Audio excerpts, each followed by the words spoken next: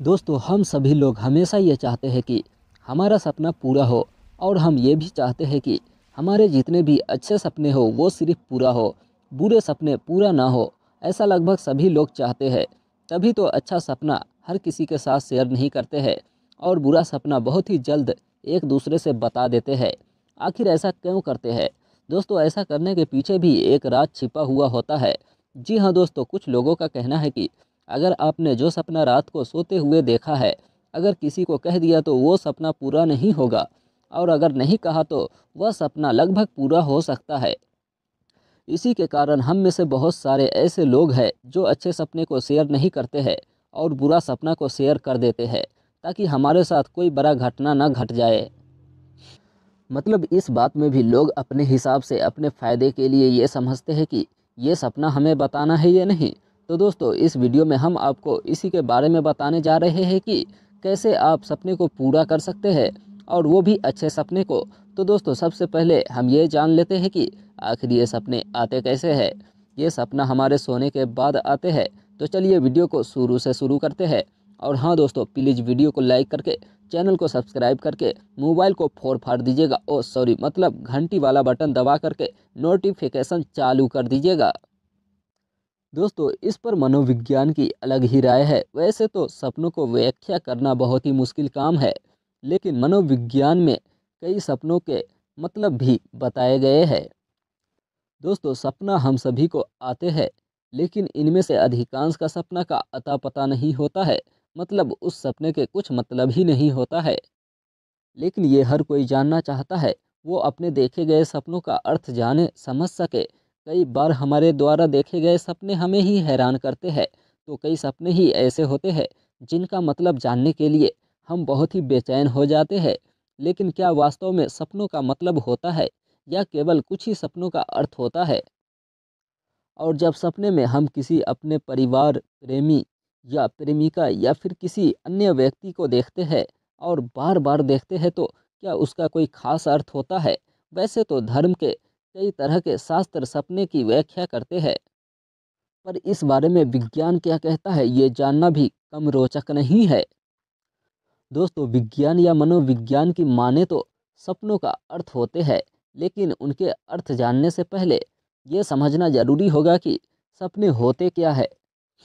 दोस्तों, the American of night the history of science of dreams के लेखक और न्यूरोसाइंटिस्ट सिद्धार्थ रेबरी कहते हैं कि हर कोई सपना देखते हैं, भले ही उसे याद रहे या ना रहे। दोस्तों, रिबे इरो का कहना है कि लोगों को सपने नींद की रैपिड आई मूवमेंट यानी रेम स्लीप के दौर में आते हैं। यह अवस्था रात के दूसरे हिस्से में आती है। इस दौरान बहुत ही ज़्यादा सपने देखने को मिलते हैं। सपने अवचेतन और चेतन मन के बीच सेतु की तरह काम करते हैं। उनके शोध के मुताबिक 1.5 घंटे की नींद में करीब 5 सपने आते हैं।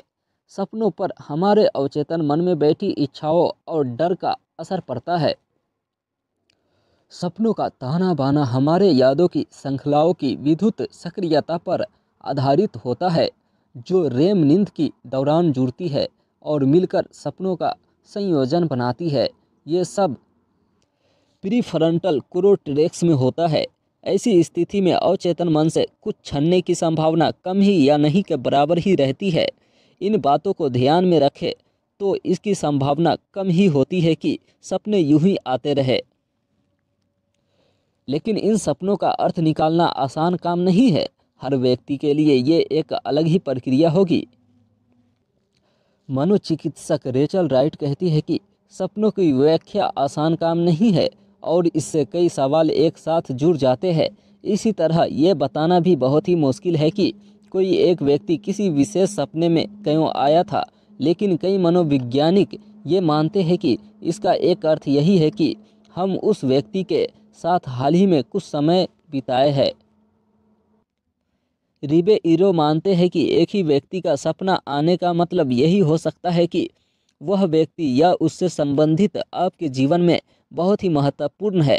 जैसे वर्तमान साथी का सपने में आने का अर्थ आप में प्रेम भावुकता के बहुत ही अधिक भावनाएं हैं, लेकिन किसी के सपने आने का संबंध उससे या फिर किसी और बात से भी हो सकता है। अगर आपके सपने में आपका एक्स दिखता है तो इसका मतलब यही है कि आपके कुछ अधूरे काम छूटे हैं या फिर कुछ भावनात्मक जख्म भी है जिनका भरना बाकी है। या फिर इसका मतलब ये भी हो सकता है कि आपकी कुछ इच्छाएं अधूरी है। वो कुछ मनोवैज्ञानिकों का कहना है कि ऐसा होना सामान्य है क्योंकि नींद की भूमिका हमारी याददाश्त कायम रखने के लिए ही होती है। वहीं अगर आपको अपने परिवार के किसी सदस्य का सपना आ जाए तो ये भी सामान्य बात है क्योंकि आपने दिन में उसके साथ काफ़ी वक्त बिताया होगा जिससे उसकी यादें में आपके भाव गुंथ गए होंगे। वहीं अगर आपके किसी के साथ संबंध खराब और चुनौतीपूर्ण चल रहे हैं या किसी प्रिय व्यक्ति की दुर्घटना या मौत भी हुई है तो उस व्यक्ति के सपने आने की संभावना ज़्यादा होती है। कई बार मौत वाले सपने के सांस्कृतिक कारण भी होते हैं। बहरहाल मतलब चाहे कुछ भी हो, सपने को रोका नहीं जा सकता है और सामान्य तौर पर सपने दिमागी सेहत के लिए अच्छे ही होते हैं।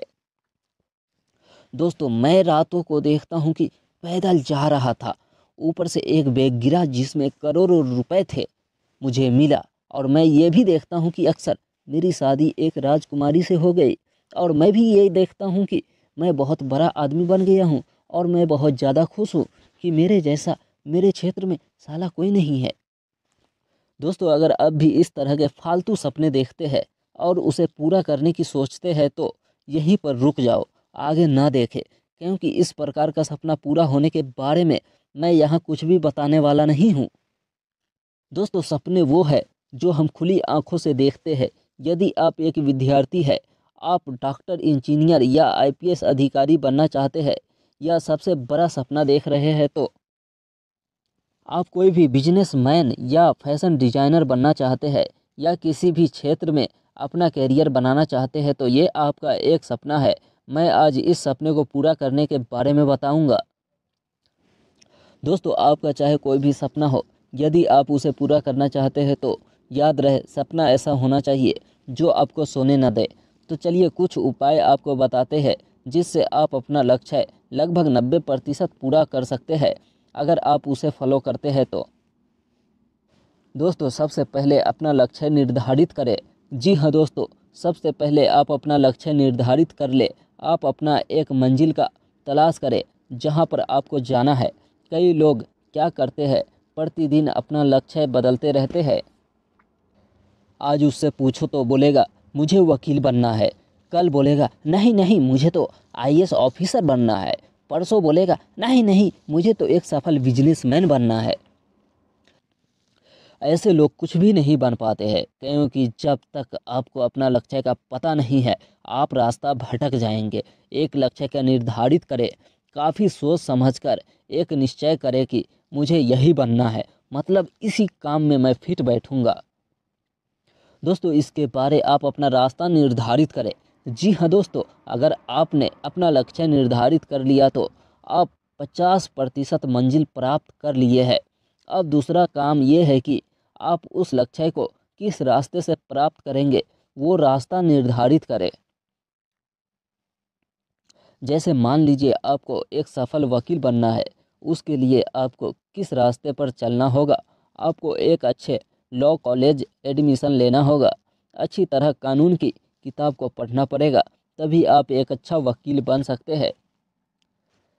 इसलिए चाहे आपका मंजिल कुछ भी हो, आपको रास्ते के बारे में पता होना बहुत ज़्यादा ज़रूरी है।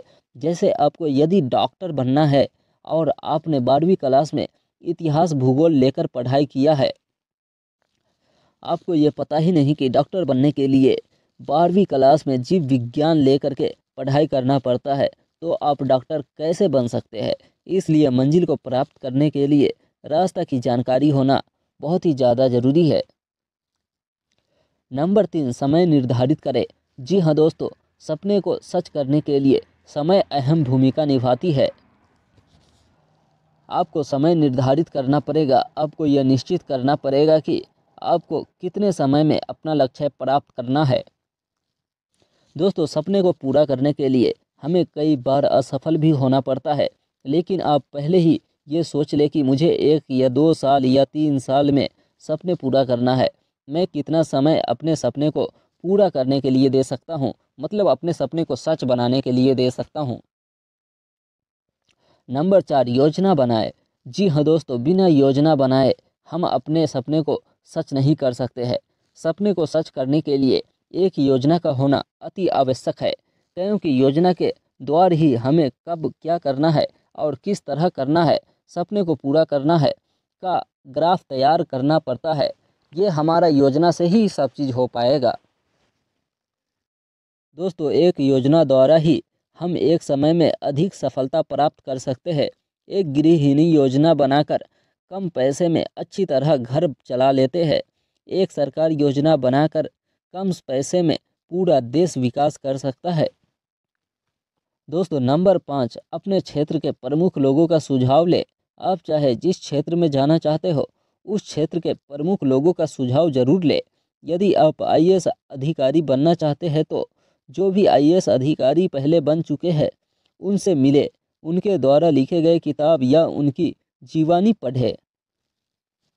यदि आप बिजनेसमैन बनना चाहते हैं तो जिस क्षेत्र में आप अपना व्यापार बनाना चाहते हैं उस क्षेत्र के बड़े बिजनेसमैन से मिलो, चर्चा करो, आपके लिए लाभदायक रहेगी। लेकिन ध्यान रहे, जिस क्षेत्र में जाना चाहते हो उसी क्षेत्र के लोगों से मिलो। ये नहीं कि सोने का दुकान खोलना चाहते हो और किसी किराने दुकानदार से सलाह मांग रहे हो। ये आपके लिए बहुत ही घातक साबित हो सकता है। दोस्तों, नंबर 6, हमेशा सकारात्मक सोच रखो। जी हाँ दोस्तों, कभी भी अपने दिमाग में नकारात्मक विचार ना लाए। कहा गया है, आशा जीवन है और निराशा मौत। इसलिए आशा का दामन कभी भी ना छोड़े। हमेशा ये सोचे कि जब वह व्यक्ति ये काम कर सकता है तो हम क्यों नहीं कर सकते हैं।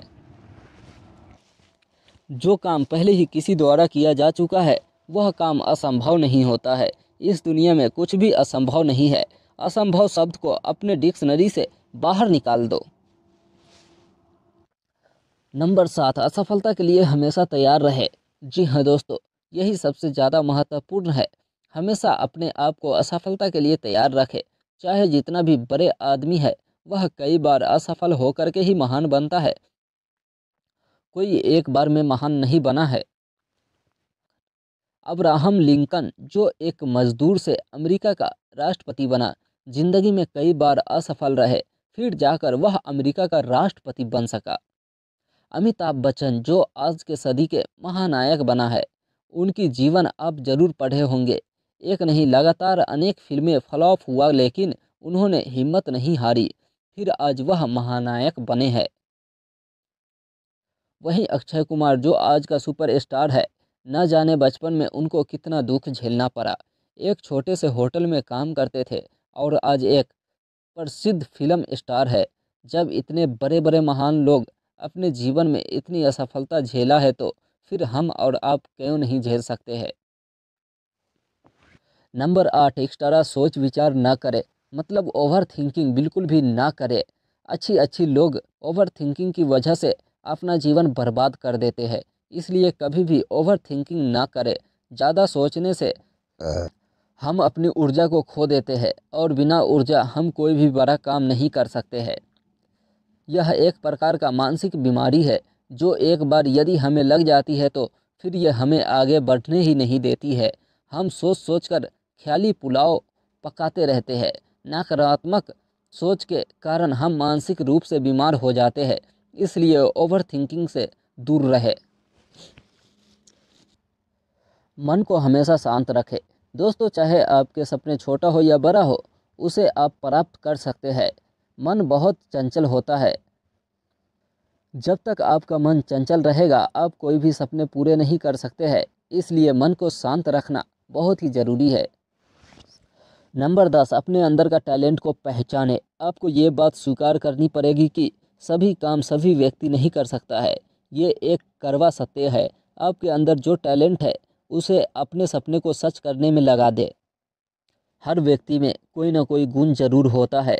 ज़रूरत है तो उस गुण को पहचानने में, उसे और विकसित करने में। आपके अंदर एक अच्छे क्रिकेटर के सभी गुण मौजूद है और आपका सपना भी एक क्रिकेटर बनना है। इस प्रकार आपके गुण और आपके सपने मिल जाए तो वह जल्दी ही सच हो जाते हैं।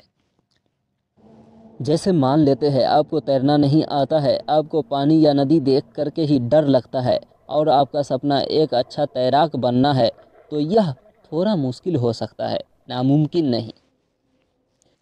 नंबर 11, जो हर मुश्किल रास्ते को आसान बनाता है। कभी भी हार ना माने, कभी भी हार नहीं मानना चाहिए। एक बार नहीं तो दूसरा बार, दूसरी बार नहीं तो तीसरे बार, तीसरी बार नहीं तो चौथे बार प्रयास करते रहना चाहिए। हमें तब तक प्रयास करना चाहिए जब तक सपने को सच न हो जाए। आपने एक सोने व्यापारी की कहानी जरूर पढ़े होंगे। उन्होंने एक खान खरीदा, 1 साल तक इसमें खुदाई किया। जब सोना 2 फुट नीचे रह गया तब उन्होंने हार मान करके उस खान को बेच दिया। दूसरे व्यापारी ने उस खान को सिर्फ 2 ही फीट खुदाई की और सोने का खजाना मिल गया। ये सुनकर पहला वाला व्यापारी पागल हो गया और मर गया। दोस्तों, वीडियो देखने के लिए बहुत बहुत धन्यवाद।